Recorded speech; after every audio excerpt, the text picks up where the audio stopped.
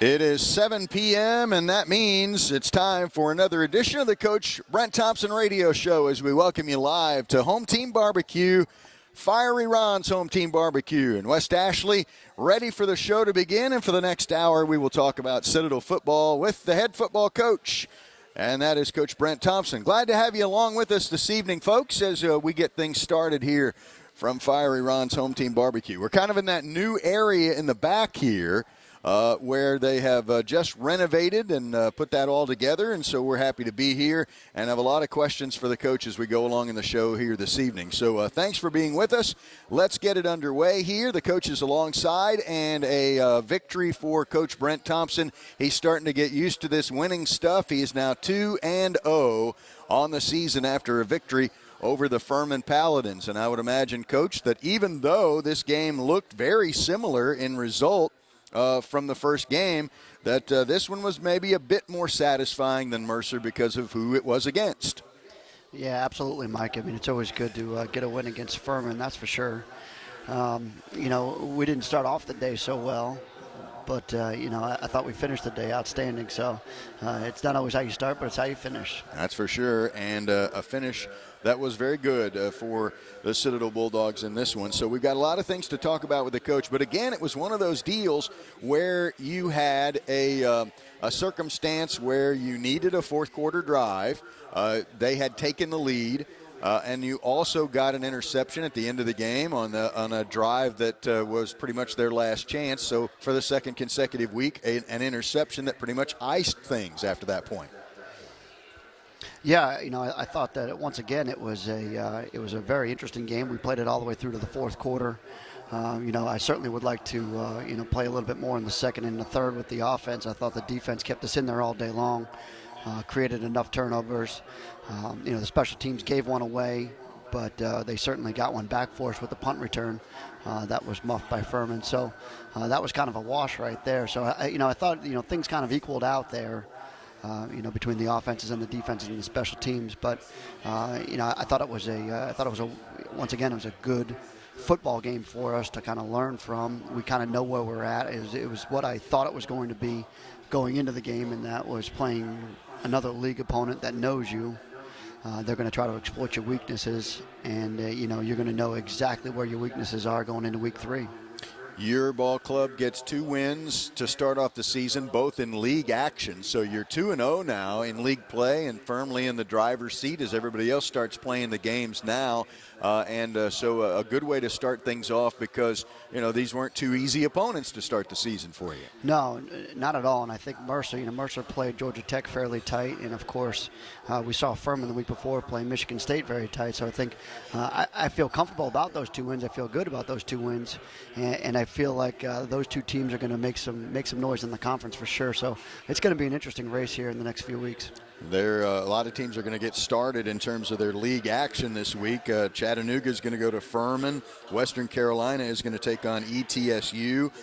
So there are league games coming up this week. As the show goes along here this evening, here are some of the things that we're going to talk about with Coach, obviously. We're going to kind of take you through the Furman game just a little bit, talk about some of the key parts of the game, some of the individual performances, one of which was honored by the league this week. A freshman made an amazing catch that we're going to talk about as the show goes on here today. And the Citadel Bulldogs are ranked number 15 in the polls this week in both the top 25 polls there. We'll talk about the Citadel's football, the quarterback situation during the game today.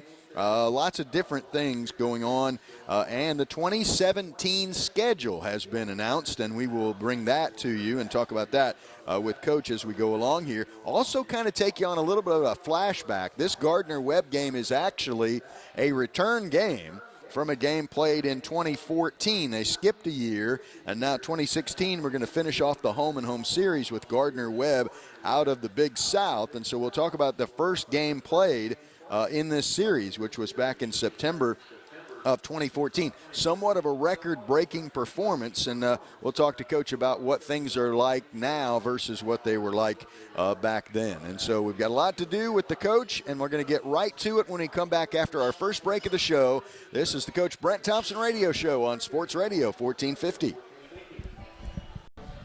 We build our communities. We earn our success. We, as South Carolinians, work best together. Don't follow your bank into the impersonal world of mergers. Make a change. Visit South Atlantic Bank to talk with local bankers who care about the Low Country. Our local headquarters will be ready next year on Johnny Dodds Boulevard. Until then, stop by our current location. You'll find a community bank with a proven track record of financial success. South Atlantic Bank, people you know and trust. I enlisted in the Army in 2005. I went to Iraq 3 times and Afghanistan once. She's the culprit that ripped our door off. 2,000-pound animal bumping into a steel door creates quite a bit of damage. Actually use the app, take pictures of it right there for USAA, and they take care of the rest. USAA is great about working with both active and separated military. I'm Josh Eilers, and I'm a USAA member for life. Call USAA today to talk about your insurance needs. Buying a home is a big financial decision, so you need a strong team working on your mortgage. That team is at South Atlantic Bank. Decisions are made right here in our community by mortgage professionals who really know the Low Country. South Atlantic Bank offers competitive rates and terms on loans for home purchase or refinance. If you need a mortgage loan, you need the mortgage loan professionals at South Atlantic Bank. South Atlantic Bank Mortgage Group, providing the keys to home ownership. Buying a home Crab House has been serving locals and visitors alike for the last 20 years. We have our crispy whole flounder. We have the seared ahi tuna. You name it, in the seafood business, we have it. Be sure to stop by the Tiger and Leaf Lounge whenever you visit our locations.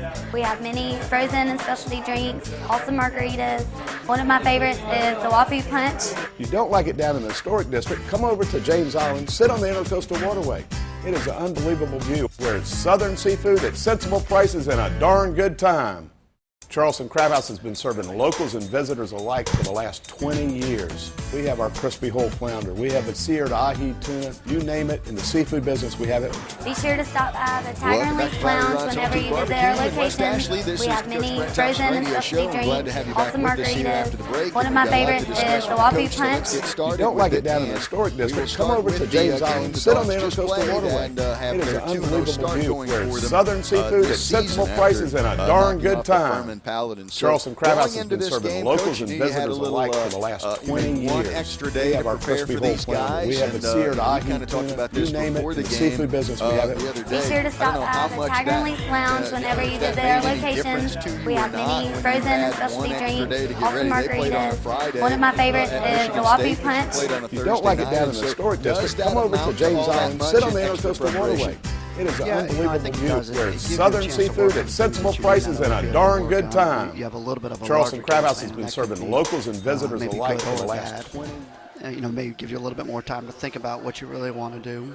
And when you're facing a team that is, knows you very well, and they're gonna have plenty of adjustments for you, you got to make sure that you have a bunch of adjustments for them as well. So.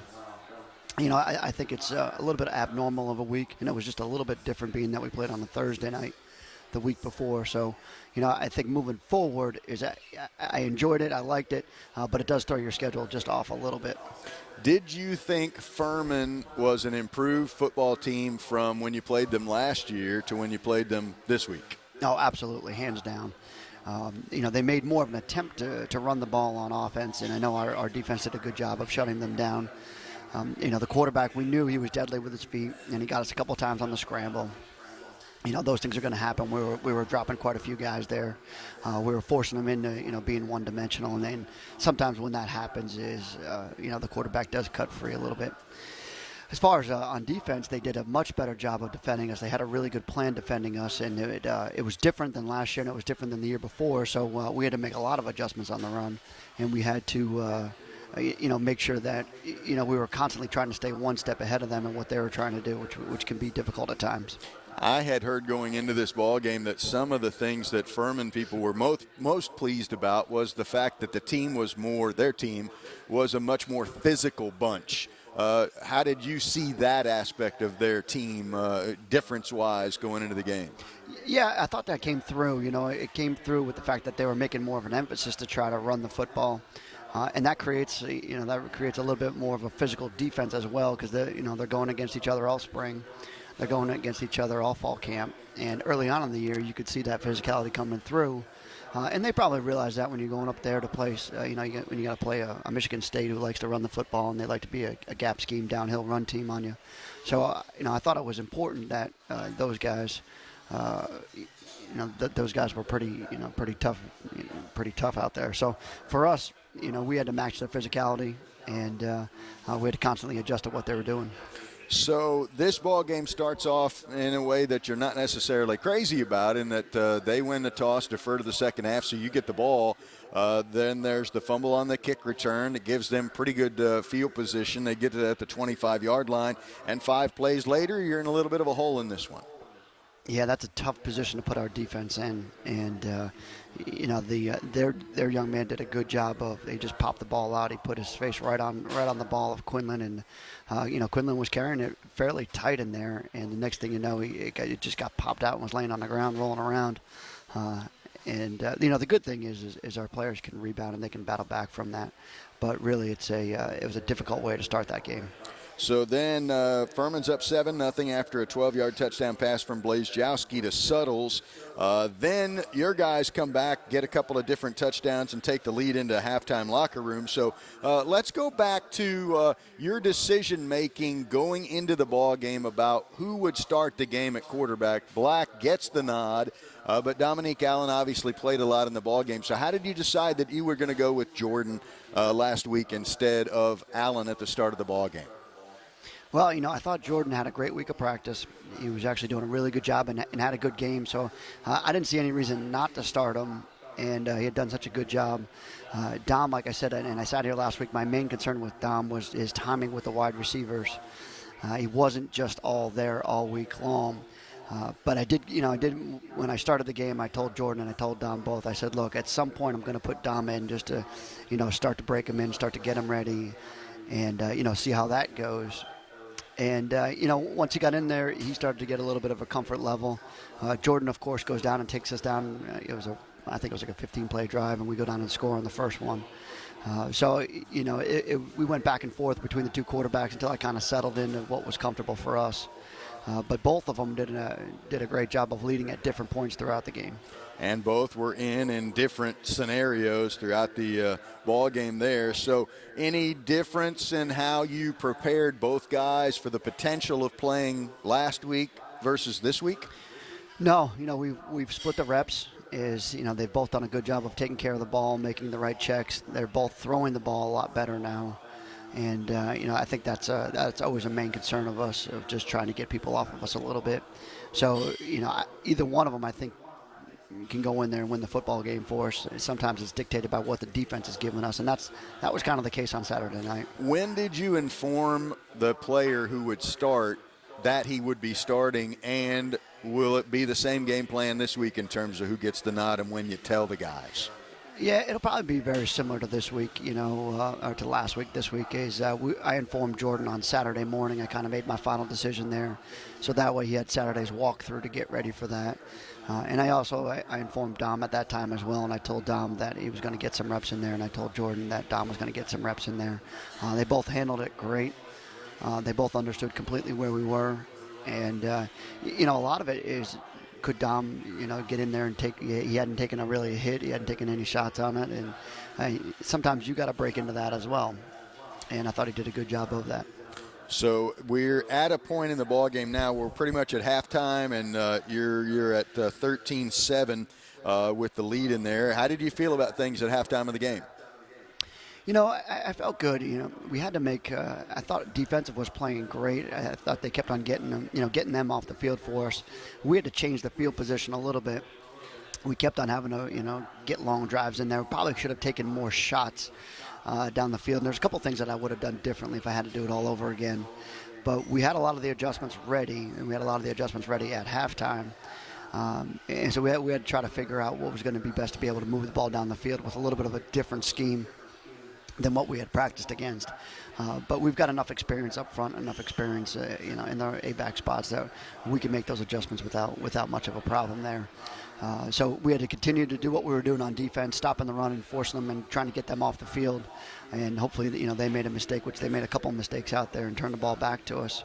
And then, we had to try to stay on the field. I think we got caught inside of our 10-yard line, and we had to dig ourselves out of it a little bit. So we started playing the field position game at that point, which gets to be a little bit difficult. We've got to be able to try to flip the field for us.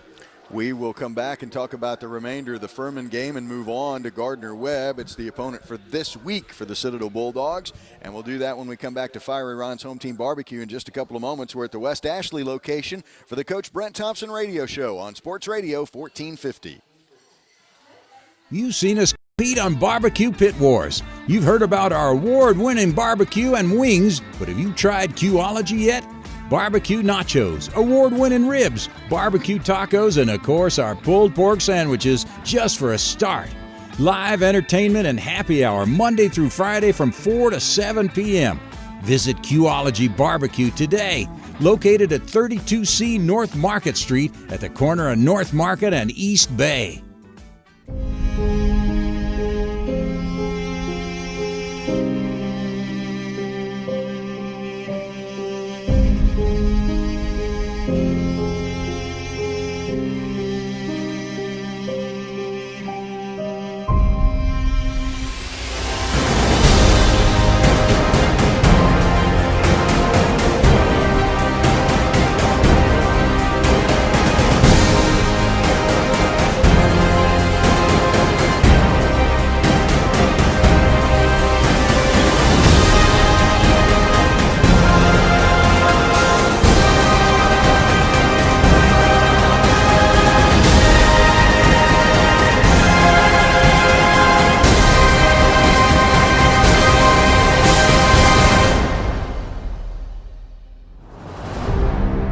Titles are forever. Red 97! Set! Red 97! Did you say 97? Yes. That reminds me of Geico's 97% customer satisfaction rating. 97%? Helped by Geico's fast and friendly claim service.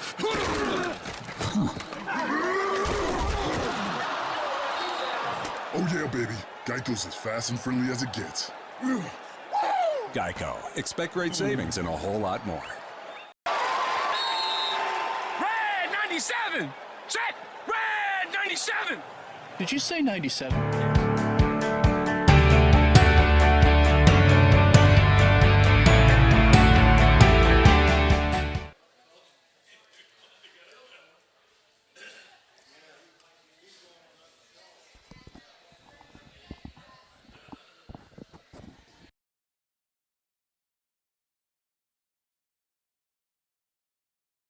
Yep.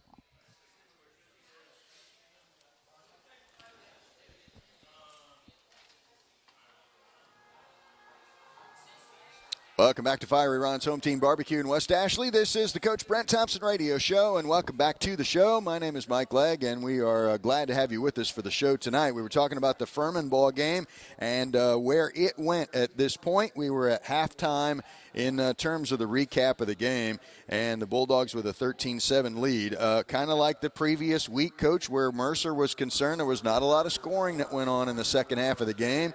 In that particular game, there was a field goal on each side. In this particular instance, there was a touchdown on either side, and so they get one with 1:19 to go in the third quarter and take a 1-point lead into the fourth quarter. You had a huge drive that you needed to get it done. And so in the course of the game, did you I know you were talking about how you made decisions where the quarterback position was, but was Dominique Allen the guy you wanted in there at that time based on big game experience and last quarter drive type of experience? Was that the reason he was in the game at that point?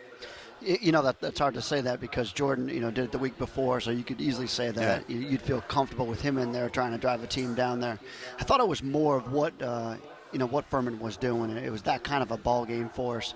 We knew that we were going to have to grind out and pound out some yards in there, and the only way to do that was to get downhill at the quarterback spot with them. So, we just had to keep on leaning on them. I thought in the second quarter and early in the third quarter, we were trying to get too much to the perimeter, and we weren't working the inside enough. So I was talking to the guys upstairs in the booth, and they said, we need to work it down inside. And so you'll notice probably right around the third quarter or so, Tyler Renew starts getting a bunch of yards in there, and then you got to give him a break in there. And if you don't give him a break, you got to, toss it to one of the A-backs. You got to try to keep it in the quarterback's hands, and that's what we did. We tossed it out there a couple times. We got away from the veer a little bit, just because it was just. Not that it wasn't working, because we had a couple of good veers in there, but it really was it was getting stuffed up the middle a little bit, so we needed to put some more manpower inside right there. So we had two pretty good drives there right in the fourth quarter going in. One we didn't convert the fourth down on, unfortunately.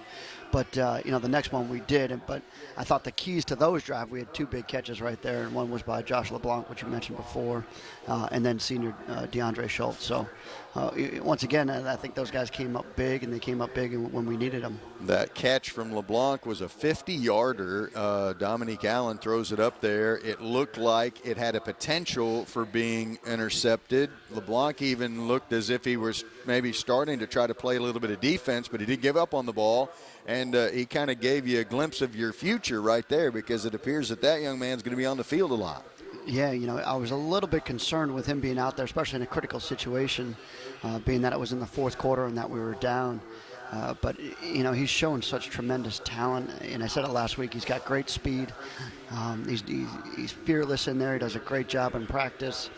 I really like the way that he plays right now. And I think he showed a lot by making that catch, that, he can make it underneath pressure right there. And really, I was a little bit concerned when I knew the ball was going to him there. I knew he'd get over the top of him, but sometimes, you put a young man in that situation, that's tough for him to handle, but he handled it wonderfully. On the defensive side, you had two interceptions from D. Delaney. He made a heck of a catch on one of those two, that landing on his back and able to hold on to that one there. He gets another picker in the game, so he has 9 for his career. But you got the big one at the end from Diggs that kind of iced things and kind of put things away for you. Yeah, I thought D did a great job. Going back and watching it on the defensive film, he did a great job of baiting the throw on the first interception. Yeah. The defensive staff had, they had kind of known that was coming, and they were going to try to bait the throw a little bit. And they just kind of waited, and he closed on it extremely fast. To the point where I was looking at it, I was like, oh, man, this thing's going to be completed there. And then he came out of nowhere and snagged it. And I thought, that's a great play. It was a great call by Coach Harrell. Did a great job of getting that thing schemed up and stealing one for us right there. The second one, I think, was just a tremendous athletic play on his part, just raw ability. And he can do things like that all the time. He would be a great wide receiver. He's got great body skills. He can, go up and get the football. He does a tremendous job with just seeing the ball and going and getting it, which is awesome to see.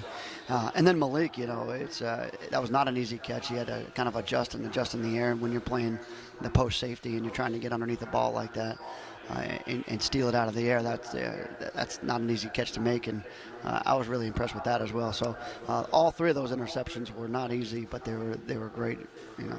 They were great for our defense for sure. Delaney ends up the defensive player of the week in the league, and so not the first time that has happened for him. And with that, the book and the door was closed on Furman, and a 2-0 start for the Citadel Bulldogs as you go into week number 3. You finally get to play a non-conference game now. Everybody else seems to be able to do it. Why not you? And so now you're going to get a chance to go to Gardner-Webb, a team you're going to finish up a home-and-home series with.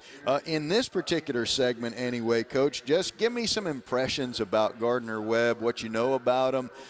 You saw them a couple of years ago, but a team can change a lot in 2 years. Your team did, for that matter. Yeah, absolutely. I think they made a little bit of an overhaul on offense. They went to more of a run game on offense. They weren't, throwing it as much as they did 2 years ago. The quarterback is a dynamic player. He's a South Carolina young man. He does a good job of running it. And I thought he did a good job of running it against Elon. Western, he did an okay job of running it. They forced him into some more throws, which I thought was part of Western's game plan, which was a pretty good game plan there. But if you do that, they still got a good quality wide receiver as well, and then their running back, of course, it can make you miss in a little bit of space right there. Western did a pretty good job of them, and I think especially in the second half of shutting both those guys down. Defensively, they've been a solid 50 front for the last 2 years. In the last 2 years, I think they've played 4 triple option teams, so they understand that. They played Kennesaw last year, they played Wofford last year, they played Wofford the year before that, and they played us the year before that. So they know what they're doing. They know how to handle us a little bit. Some of their personnel is a little bit different from when it was 2 years ago. I think the outside linebackers returning from that year, but they graduated quite a few off that defense. They're a little bit bigger than Mercer up front. And even though they play a similar defensive style, it's not quite the same. They're a little bit thicker up front there. The linebackers do a good job. I think they do a good job of keying their reads and everything. And then the corners are a little bit more aggressive to the run than Mercer's corners were in the same defense. So it presents a little bit of an issue for us just because it's the same defense, but we've got to attack it just a little bit differently. The game 2 years ago was in the latter parts of September the 27th of 2014. Still getting a feel for what the team was going to be like, obviously, at that particular point. And once the victory came, actually that was victory number 1 on that particular season, and you go to 1-3 on the year, that particular year. But the thing that stands out is that the defense really got turned loose in that ball game, and there were 10 sacks on the quarterback in that particular game, a record. And so that was kind of an instance there where it looked like, hey, wow, the defense is really able to get something accomplished here. You turn them into a one-dimensional type of a team. So what else do you remember about the game you played in September of 2014 against these guys? Mike, if I recall, I think we threw for a Coach Thompson record of almost 200 yards, that's for sure. But leading into that game, I don't think we threw for 80 yards in 3 games. So we knew going into that game that we were going to have to take some risks there. And in fact, believe it or not, we started the game off with 2 consecutive pass plays, of which were completed. And I think Rudder had the longest play in Citadel history. Not the longest, but the longest in time. He went from one sideline to the other sideline, and I think we got down to about the 3 or 4 yard line that day. Those are kind of some of the things that I think about. We threw the ball quite a bit on them. We had a couple, Mitchell had quite a few sacks that day. I remember that, but we were able to pin our ears on defense that day and get after him a little bit. And then on offense, Aaron did a good job. We pounded him up downfield a little bit, and then we took some of our shots. And just I felt like we were actually a pretty good passing game that day. I seem to remember there being a game where Rudder Brown made a catch, and it was almost like hand-to-hand combat. Are we thinking of the same game? I think you're right there. He fought his guy off and was able to get down there. So that was a 47-yarder for Rudder in that one. So, yeah, you did on that particular day. You only threw 15 times, but you had 186 passing yards, ran for 323. So the amount of yardage was very heavy for you there, and went over 500 in the game against Gardner-Webb in that particular instance. I noticed that maybe on defense they have 3 guys who started that game that are going to potentially start this game. So, as you mentioned, a pretty significant overhaul on the offensive side of the ball for Gardner-Webb. We'll get back into those guys coming up in just a little bit from right now, but we have had a significant amount of bad weather, particularly today. Has that affected you all that much from a preparation standpoint? Have you been able to stay outside? Have you had to go inside? No, we were able to make it out today. We had, I told the players before practice that there's 2 things that we've got to do today. Is we've got to go out there and get our job done. We can't make excuses for the weather out there. We're going to have to play in this kind of a weather out there. So we've got to take care of the football out there today. We've got to get our work in and then get off the field. So we had a good 2-hour practice out there, and I thought it was as upbeat and spirited practice as we would have had if it was a sunny day out there. So that's an attribute to those young men. We're focused on being 3-0 right now, and we're not going to let a little bit of rain, or a lot of rain in this case, get in our way.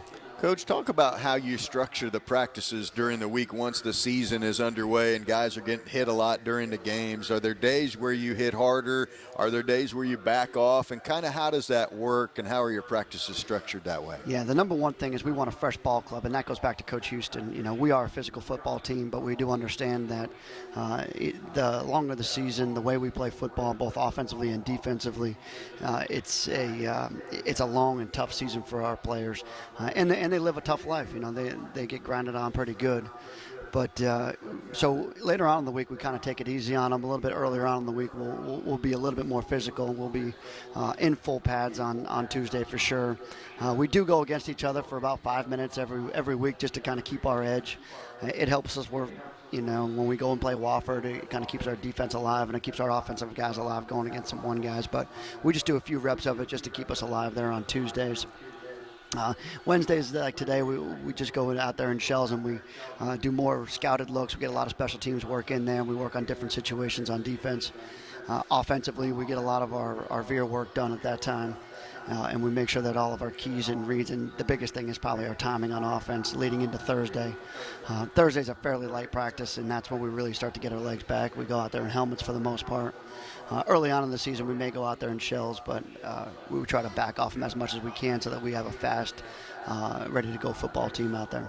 We're halfway through the show here this evening, and a lot more to talk about with the coach. And when we come back, we'll get into the discussion about Gardner-Webb a little bit, but we'll talk about the Big South as a conference. This is a league that has only 6 teams that play in it, and we'll talk about the quality of play. A lot of times a league will have a certain reputation about it, and so we'll talk about that with the coach in just a few moments from now. And again, talk about the 2017 schedule, which was released just recently, and so who will be on the agenda for the Bulldogs in a year from right now. We will come back to Fiery Ron's Home Team Barbecue in just a couple of moments on the Coach Brent Thompson radio show on Sports Radio 1450.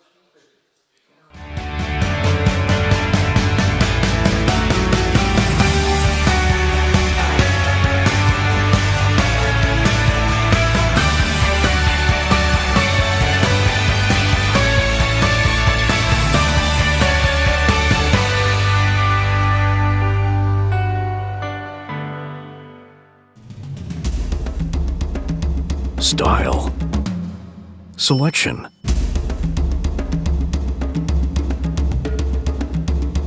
service,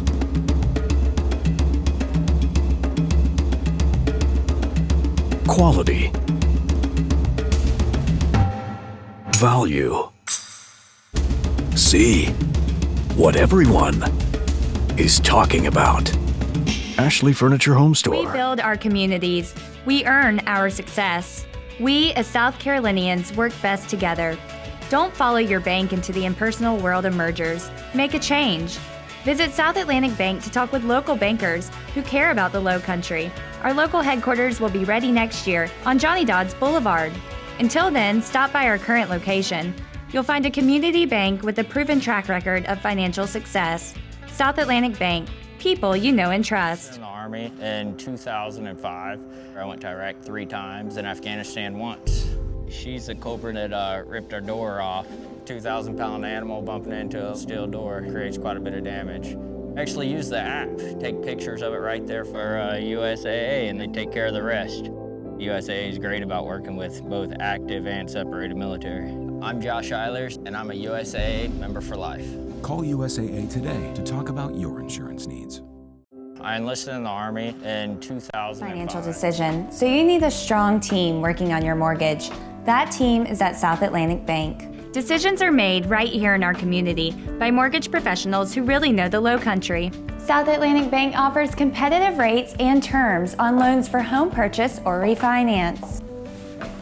If you need a mortgage loan, you need the mortgage loan professional. Home Team Barbecue in West Ashley for the Coach Brent Thompson radio show. I'm Mike Legg. Welcome back to the show, and we're over the halfway point of getting into the show. Something that kind of hit me during the break, Coach, was something that I thought about a lot over the weekend when I saw things occurring in the National Football League, and there were examples where in situations where, for example, players needed to get out of bounds, that didn't necessarily happen, sometimes to my great surprise. And so I thought it might be an interesting question to ask about just how much coaches talk about and harp on in game some of those critical game situations where you're trying to manage the clock and you need every second that you can get, and how you approach those things with your players.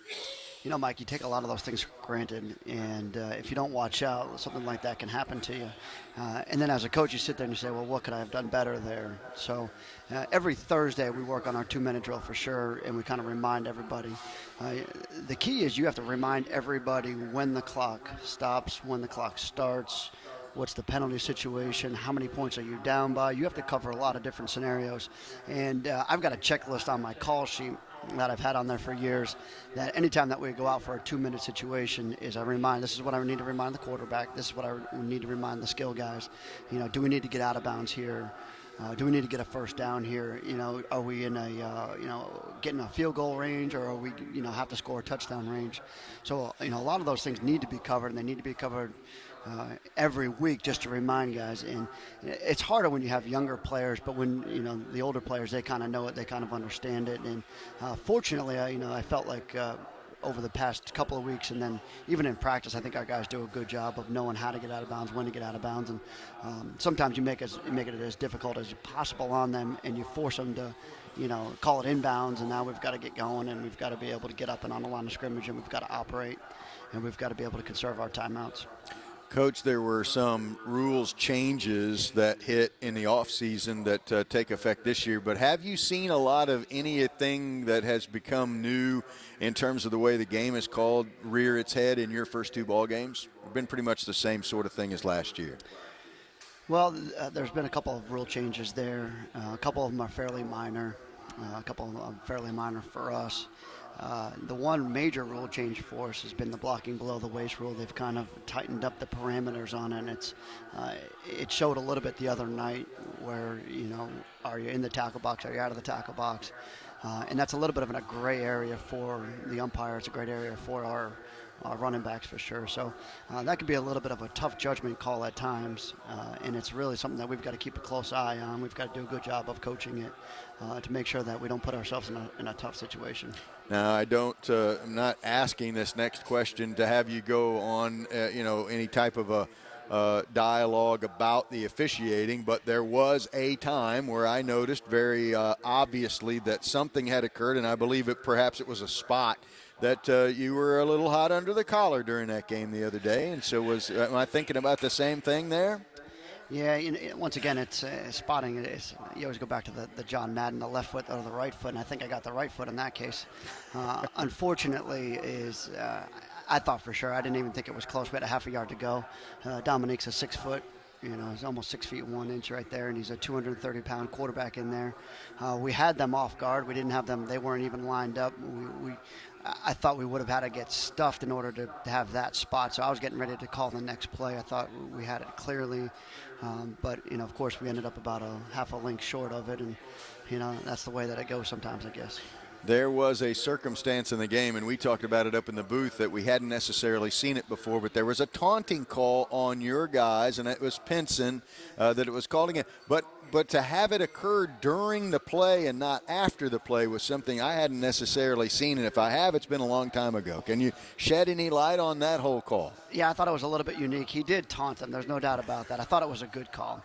And it was actually, I don't even know if it was a taunting call, because I was expecting a bigger or better block out of the play, but what ended up happening was the cornerback out there saw him coming out and kind of took him out at the legs, which certainly isn't illegal or anything. He did a good job of it and kind of created a pile there, but Pinson, of course, I don't know what he was saying or what he was doing at the time, but I reminded him that's probably not something that you should be doing, as you're running away from somebody, even, it just looks bad. And so we had to have a few reminders after practice the other day about that.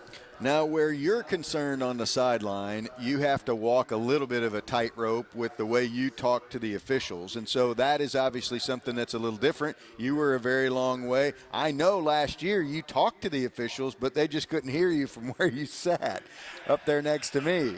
Yeah, they hear me loud and clear now. I don't know if that's a good thing or a bad thing, but they are, they're trying to do a job out there. They've got to make a judgment call, and that's not an easy job they have. They've got to make a quick call, in tough circumstances right there. There's, people flying everywhere. Their vision's getting cut off from there.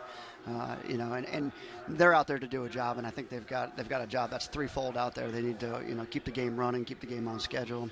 They need to make sure that there's safety on all parts out there. And the third thing that they need to do is just make sure that nobody's gaining an advantage anywhere, and that's a level playing field. So you keep all those things in mind, and they've got a very, very difficult job to do. And, I've got to have a better understanding for that at times, and I'm not always understanding. I can understand that for sure. Now, in the next segment, we're going to talk a little bit about the Big South and get back to Gardner-Webb just a little bit. But it was your 2017 schedule was released. Now today and yesterday, the SEC has done the same, and so you're seeing a lot of schedules for 2017 out there. And so let's talk about yours. And what your 2017 schedule looks like. The one thing I take a look at here is that you're going to play at home 6 times during the course of 2017. So how much work did you put into this? What's your role with regards to the schedule that your team will play? And then we'll kind of walk through a little bit of what your schedule looks like for next year. Yeah, this schedule was already set by the time that I got named head coach. So I'm really looking – I was more consulted on the 18 and the 19 schedule. I had known that this schedule was coming out when we first got here a couple of years ago, and these things are set quite a bit out. This year we knew it was going to be a tough schedule, and it's a tough home schedule because we only have 5 home games, and that's why I think next year is going to be a little bit easier for the home schedule to have 6 home games. But as you look at the schedule, it sets up a little bit easier on the front end for you than it did this year. But you certainly got another Big South opponent that's pretty good in there in Presbyterian. And, then you got to make a travel trip all the way up to ETSU, which that'll be a much improved team up there 2 years down the line as they grow that program. So, I think it could still set up a little bit, difficult in the beginning, but, I'm really just focused on this year for right now, and I'll worry about that probably in May. Gotcha. You mentioned being involved in the 18-19 schedule, so you're the guy responsible for Alabama? Oh, I don't know that I was responsible for it, but I was the one that did say yes to it. Okay, that's important. So the next year's schedule looks like this: Newberry, Presbyterian at home to start the season, then at ETSU and at Samford, then home for 2 in a row against Mercer and Wofford, at Chattanooga, home to VMI and Western Carolina, and then at Furman and at Clemson. That's the 2017 schedule, which was announced just yesterday. And so that's what the Bulldogs will face coming up this year. This game against Gardner-Webb, the return game of a home-and-home series. There are probably a lot of logistics that played into not playing that game last year versus moving it to this year. What do you recall about that decision? I think this was a filler game for the App State or the Georgia Southern game from that year. I think when they dropped out of the Southern Conference, I think what happened was we were trying to find games, and as I recall, these were the games that we were able to pick up. And at that point, we were just trying to pick up anything that was fairly regional and was going to create a good matchup for us. So whatever they had to do to be able to get the home and home series between us and them, I thought was going to be, whatever they had to do to get it done was going to be great. We will get into more about Gardner-Webb when we come back and get kind of specific about some of their personnel. Coach has talked about some of that already, but we'll visit some things that have to do with the Bulldogs' opponent for this week. They're actually called Bulldogs too. They're the running Bulldogs. And so Gardner-Webb and the Citadel will take place on Saturday night at 6 o'clock in Boiling Springs, North Carolina. And we'll talk about that when we come back in just a couple of moments. Final segment of the Coach Brent Thompson radio show coming up after the break on Sports Radio 1450. We have our crispy whole flounder. We have the seared ahi tuna. You name it, in the seafood business, we have it. Be sure to stop by the Tiger and Leaf Lounge whenever you visit our locations. We have many frozen and specialty drinks, awesome margaritas. One of my favorites is the Wapu Punch. If you don't like it down in the historic district, come over to James Island, sit on the Intercoastal Waterway. It is an unbelievable view where it's southern seafood at sensible prices and a darn good time. You've seen us compete on Barbecue Pit Wars. You've heard about our award-winning barbecue and wings, but have you tried Qology yet? Barbecue nachos, award-winning ribs, barbecue tacos, and of course our pulled pork sandwiches just for a start.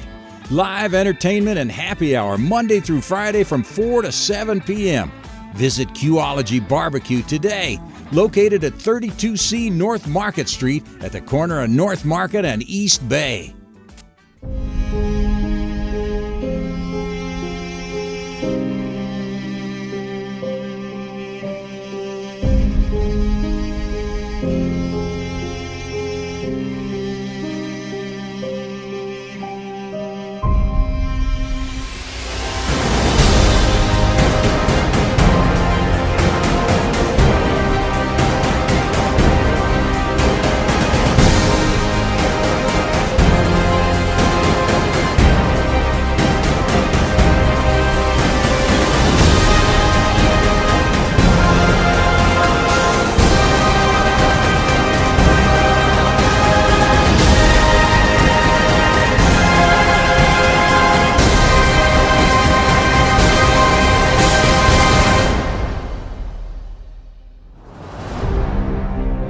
rules are forever.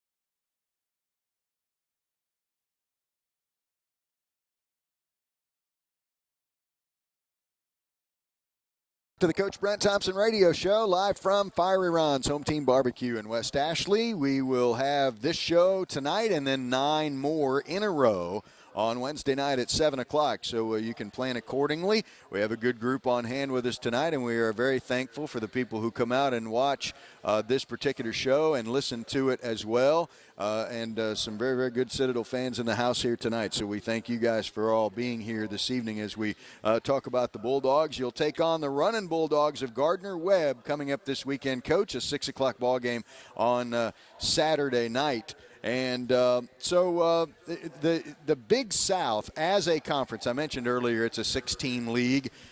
Sometimes conferences have reputations as far as the style of play that you see where things like that are concerned. So what about the Big South as a conference in your mind? Well, you look at it, and they've got they got a good bunch of teams in there. They got Liberty, who's a great team, and Coach Gill's done a good job of it up there. And they're always ranked. And I think last year they went into Gardner-Webb last year ranked 15th, and ended up losing to them last year, which is something that I've cautioned my guys against at this point. And then of course they had Coastal Carolina, who we faced last year, was a very good football team. They got Charleston Southern in that league, who's kind of they've won the league last year and have been an up-and-coming in that league and have done a great job. Presbyterian, they play a solid defensive game. We've seen them a couple of times in there. As a whole, I think it's a good league. It's a league that has kind of turned up lately. They've been able to get some teams into the playoffs there last year, and Charleston Southern did a good job of in the playoffs last year. So, I think it's a conference that is on the rise, and it'll continue to rise. And I saw the announcement this week that they're going to possibly add some more once they get some scholarships there. So that'll help out with that conference as well. But, they certainly have been affected by the loss of Coastal Carolina for sure. But, just like the Southern Conference had to rebuild and kind of rebrand itself without App State and Georgia Southern, they're doing a great job of it right now, and they'll be right back in the top of the rankings here soon. The one thing you'll have to deal with this week, and it's a task that Coach Harrell will have to tackle, and that is that you have a dual threat quarterback in Tyrell Maxwell, a guy who last year led them in rushing, and it wasn't close. As a matter of fact, he had 794 rushing yards, and the next guy was 225 yards. He also threw for almost 1,000 yards, and so you have a guy that can run the ball, a guy that can throw the football, and it's always a challenge when you have those dual threat guys and how you try to stop them. More offenses are putting you in that run-pass option, little dilemma there for you, and that can be a very difficult thing to do as a defensive coordinator. And, it's not new for Coach Harrell. It's not new for that defense. There's a lot of teams doing it out there. It's just a matter of what you want to, who you want to contain and how you want to contain it. And that's what we're facing right now with Maxwell. He does a great job of running that offense. They find ways to get him into space. They find ways to get him free. And I think Elon kind of let him out a little bit, which is a little bit scary for us. We've got to find a way to, contain him, try to sit him in the pocket and make him throw. Whatever we can do to try to make sure that we get eyes on him and, keep eyes on him. And then, of course, tackling him is not easy either. He's pretty slick in there. So it'll be a tough task for us. The one thing that I have heard a lot this week is people have been very impressed by the score when they saw that they knocked off Elon the way they did. I don't know if Elon is the same Elon of old, but that's where we always tend to try to compare. People are always going to kind of look at those scores. So how did that game turn out, and how were they so successful against Elon? Elon did a good job early. It was a close game for a little while there. And then, once again in the fourth quarter, I think Elon maybe wore out a little bit. Elon was trying to throw the ball quite a bit. And what ended up happening is I think Elon wore their defense out a little bit. They kind of had a couple 3-and-outs. They didn't convert. Elon had the ball inside the 3, and I think they turned it over or had to kick a field goal out of it. So when those things happen right there, that could be a little bit, challenging for the defense to come out. And that's what we always stress with our players is we understand when we're stressing our defense.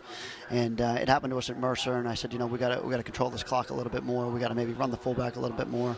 We got to huddle maybe a little bit more. We got to kill some more clock because it is a team game, and you want to make sure that your defense is fresh when they go back out on the field.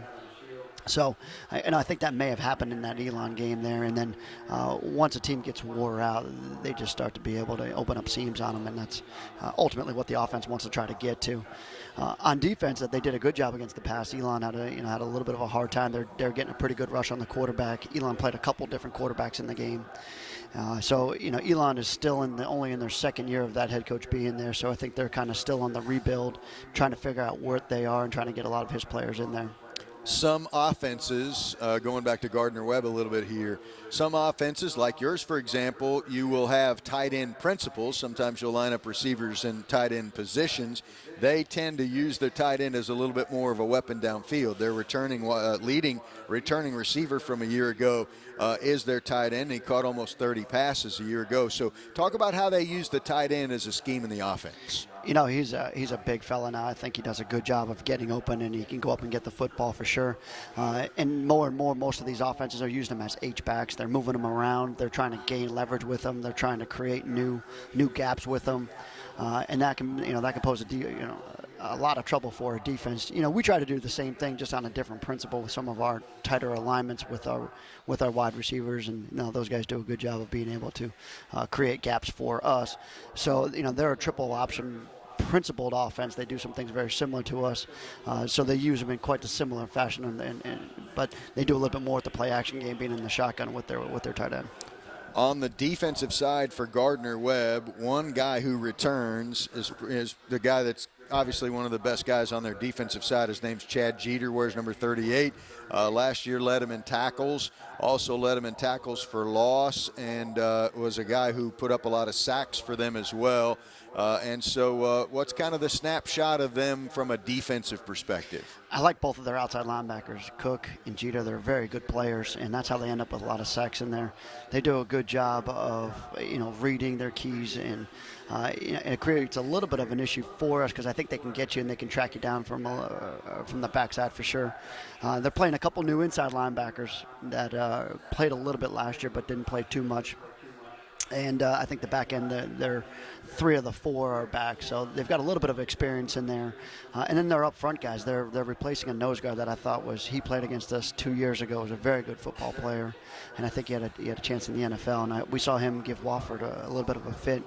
And then this year they're playing a new nose guard, but he certainly had some he had some action last year as well. So all these guys have some experience. But I think there's a couple of them that have played for quite a few years, and Cook being one of them. So Gardner-Webb hosting the Citadel Bulldogs. It's Saturday night. It's a 6 o'clock ball game on the road in Boiling Springs, North Carolina. You know a little bit about that state of North Carolina, right? Yeah, it's not even that far from where we were at Hickory, when it's only by about an hour down the road from us.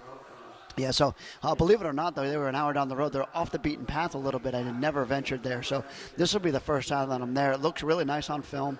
They got a nice turf field there, and it should be a good atmosphere. It's their home opener. We're excited. I know that we're going to get a good contingency from the upstate of South Carolina and from Charlotte, and maybe from some of that North Georgia area. We've got a lot of alums in that area, and I've heard from a lot of them that are going to turn out for that game. So I know there'll be a big tailgate there. So I know the Citadel crowd will certainly show out for us, and we're excited about that. I've been keeping an eye on the weather all week because at one point it was a lot of talk about rain, but now it appears as if things have kind of cleared off a little bit, and you should have the conditions in pretty good shape there. Yeah, Mike, we looked at it, and it's about 20% right now, and we looked at it early, and of course, Kevin Yeager, keeps an eye on it for me. We even considered if we didn't get any rain that we may have to do some wet ball drills in there, because that's always an issue when you're trying to play in the rain. So we prepared for it. Obviously, we prepared for it today, and that's why we had to go out there in the rain today. But it looks like it's going to be a clear day. It may not be the greatest of all days, but I think the night's going to be great, and it'll certainly be cool enough. I think it's going to be in the 70s, so that shouldn't be an issue for us. Since league play starts for most everybody else this week, I'll ask you about a couple of the games that are going on. First of all, Western Carolina takes on ETSU. You may have seen some of the Tennessee-Virginia Tech game, but this game will be played at Bristol Motor Speedway. Same deal. I don't expect there to be 156,000 fans there, but at the same time there was for the Virginia Tech-Tennessee game. First of all, what do you think about playing at a racetrack And then what do you think about this particular game in specifics? Well, I'm interested to see how are the logistics? What is it going to look like on film? What is the stands? What is the fans' perspective of it? Being that there's a racetrack in front of you there, it's going to be very interesting. I didn't get a chance to watch the game the other night, so I'm really wanted to just see it from a fan's perspective first. As a coach, it's going to tell you. We saw ETSU beat a good Kennesaw team. I thought we've seen Kennesaw quite a bit, being that they're a triple option team, and ETSU did a great job of defending them. So that'll be the second thing. They're going to face a very good Western team. I saw Western play Gardner-Webb. So we'll kind of find out where people are at right there, whether it's, if ETSU comes out and plays Western really well, it'll say a lot for the Southern Conference. I think it'll be a really tough conference at that point. It might be kind of interesting to think and to ask this particular piece is that you are in a situation that when you're watching Gardner-Webb against Western Carolina, you're watching your next two opponents. And so that's a unique perspective. In the early part of the year, you can already form an idea or two, though you try not to jump ahead, obviously, but you do have an idea of what your fourth opponent is going to look like by watching them. Oh, Mike, I watched, I certainly watched Western on offense, and, you're certainly watching Gardner-Webb's defense at that point. But when I flipped over and I started watching Western's defense, that was exactly what was going through my mind was it's a new defensive coordinator there. What is their defensive front? How are they playing these guys? What's Gardner-Webb doing? And Gardner-Webb's got some same option principles, like I said before. So, how is Gardner-Webb attacking them? So it really ended up working out well for this week. I was able to kind of watch both of them and become familiar with what was going on both sides of the ball. But yeah, you don't want to get too far ahead. But certainly they're not. They're a bye week away from us at this point. The other game in the league that involves two league teams is Chattanooga at Furman. When you look at Furman's schedule, first of all, they played Michigan State to start things off. They had to come on the road and play you guys, a very physical team with not much time to prepare for your style of offense, and then they're going to take on Chattanooga. So that is a rough road to start things off for Furman. And then I think they got Coastal Carolina after that. Yeah. One. I mean, that's a tough deal right there. It'll be interesting to see as to where that Chattanooga team is at. I think they're very, very good. They had a big win last week. They are a physical bunch. I think they do a great job of matching not only offense and defensive physicality. But that'll be a tough one for Furman. Now I know Furman's a much improved team, so we'll get a better gauge as to where everybody is at in the league, and the top of the league with that one for sure, where Chattanooga is at. So it doesn't get any easier for Furman, that's for sure. I wanted to ask you about it before I mentioned this, but I took a little poll of the audience here a little earlier, and the answer to the question, how many people feel sorry for Furman's schedule to start things off, was 0. There wasn't a soul in here that cared about that. I believe it. If you look at it at a coach's perspective, boy, I feel bad for him. That's not an easy one. So in the waning moments of the show here, Coach, about a minute or so left before we have to go, just give me a few things that you look at in this particular game against Gardner-Webb, going on the road against a team from the Big South. Tell me about some of the things you think are going to help decide this thing. Well, I think we need to play a much cleaner football game for sure. I said it last week, but we didn't win the turnover. We didn't win the penalty battle, but we won the turnover battle. So we were about 50-50 on that, and that was my goal last week. We got to do a much better job of keeping ourselves out of long-distance situations. On the defensive side of the ball, we've got to make sure that we contain the quarterback. We can't let any big plays by the quarterback, so we got to do a good job of that. Special teams, be sound, and they do some things. I think they're very fundamental and sound special teams unit. So if we can do a good job of containing that, I think we'll be okay. All right, Coach. We'll see you in Boiling Springs. Thank you very much. Thanks, Mike. That is head coach Brent Thompson. And with that, we're going to wrap things up from here as we operate from Home Team Barbecue, Fiery Ron's Home Team Barbecue, where we will host this show for the next 9 weeks after tonight. 2 down, and so far the Citadel Bulldogs record is unblemished as they will take on Gardner-Webb on Saturday night at 6 o'clock to try to go to 3-0 on the season. Our thanks to Ted Byrne. Also, thanks to head coach Brent Thompson. My name's Mike Legg. Thanks for joining us, and go Bulldogs!